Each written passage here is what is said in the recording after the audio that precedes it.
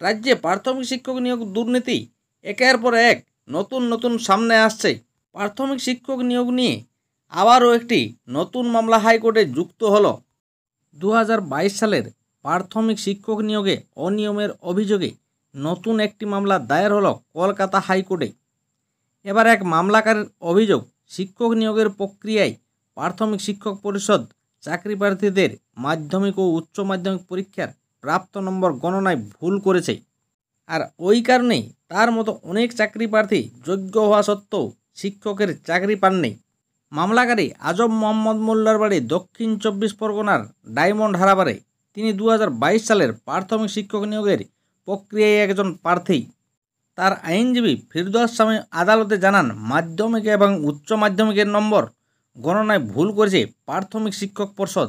এর জন্য তার মক্কেলের মতো বেশ কয়েকজন কাউন্সিলিংয়ে জায়গা পাননি। আর এ নিয়ে বোর্ডের ব্যাখ্যা কি জানতে চেয়ে রিপোর্ট তলব করেছেন বিচারপতি অমৃতা সিংহ। তবে কিন্তু প্রাথমিক শিক্ষক নিয়োগ 2022 সালের নিয়োগ প্রক্রিয়া নিয়ে বেশ কয়েকটি মামলা হয়েছে। সুপ্রিম কোর্টের নির্দেশ মেনে 2022 সালের নিয়োগের প্রক্রিয়া শুরু করে রাজ্য প্রাথমিক শিক্ষা পর্ষদ। 11,758টি শূন্য পদের মধ্যে 9,533 পদে শিক্ষক নিয়োগের জন্য প্রার্থীদের মেধা তালিকা প্রকাশ করা হয়। 2022 সালের 29শে সেপ্টেম্বর প্রাথমিকের নিয়োগ প্রক্রিয়ায় 11,758 পদে শিক্ষক নিয়োগের বিজ্ঞপ্তি দেয় পর্ষদ।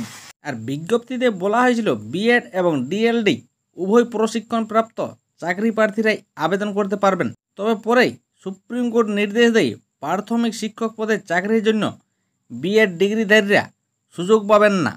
তবে গত শুক্রবার হাইকোর্টের বিচারপতি অমৃতা সিংহ এই মামলা দায়েরের অনুমতি দিয়েছেন।